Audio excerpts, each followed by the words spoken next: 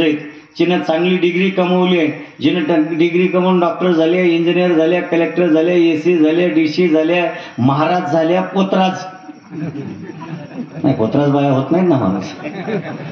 या जर डिग्र्या कमवल्या ना, तर या डिग्र्या कमवल्यानंतर आता पोरावाची लाईन लागली आहे महाराज. आता काळ येईल पहिलेचा, कवाचा बरोबर आपण पहिलंचा.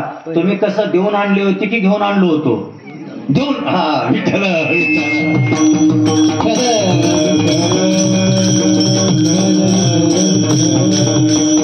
पुरावा जवळ आहे ना, आपला स्वामी आहेत जवळच, म्हणले ते देऊन आणले होते. तसं आता काळ आहे महाराज मुलावाला. कारण आता मुलाची गरज काय, मुलं जर हुशार असतील तर चांगलं आहे. आता जे झोपडपट्टीमध्ये आहेत ना, जे तंबाखू गुटखे खाऊन गटरेपर्यंत, त्यांना कोणी द्यायला तयार नाही महाराज. मागे लागले ते काही बी करा. चांगल्याला मिळाला गेल्या मिळाला कुठे मिळणार आहे. हाल उठलीत महाराज, हाल हाल. आम्हाला रोज कोण्या गावाला गेले की महाराज जरा बघता का पोरगा आहे का कुठं, पोरगी आहे का.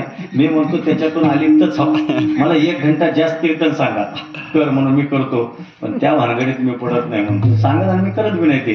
कारण का मला चांगलं झालं तर महाराज केलं, वंगळ झालं तर त्यानंच केलं. त्याच्यापेक्षा चांगलं बी नको, उगा देव देव करा, एवढंच चांगलं बरं आहे. म्हणून एक सांगून जातो पुन्हा पुन्हा, काय मी विनोद सांगत नाही. अभ्यास करा माय बापा, अभ्यास करून ज्ञानी व्हा. आई वडिलाचं ऐका, थोडं मोबाईल पासून बाजूला जा.